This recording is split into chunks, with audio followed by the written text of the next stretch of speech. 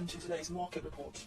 A gauge of global stocks rose on Tuesday, while US Treasury yields mostly fell as investors assessed economic data and earnings reports ahead of a run of central bank policy announcements.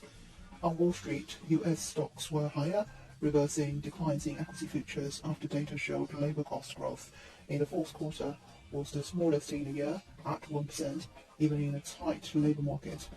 Other data showed consumer confidence eased in January as inflation expectations for the next 12 months climbed to 6.8% from 6.6% last month.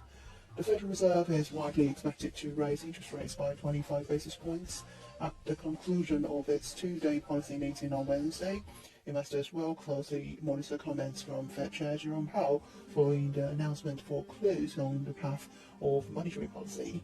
The Fed tomorrow will have to strike a delicate balance in signaling slowing in the pace of rate increases, while at the same time emphasizing that they are not done yet with the tightening rates.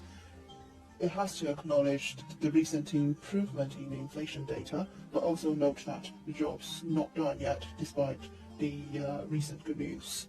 The Dow Jones rose 0.68%, the S&P rose 0.95%, and the Nasdaq added 1.2%.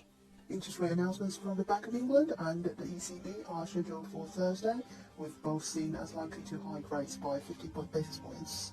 Markets will also grapple with a host of US economic data this week, culminating in Friday's payrolls report for January. Investors see a sign of weakening in the labour market as a key factor in bringing down high inflation. The Pan-European Stock 600 index lost 0.26%, GBP dropped below 123, euro is stable at 109. This is today's market report. Thanks for listening. We'll see you next time.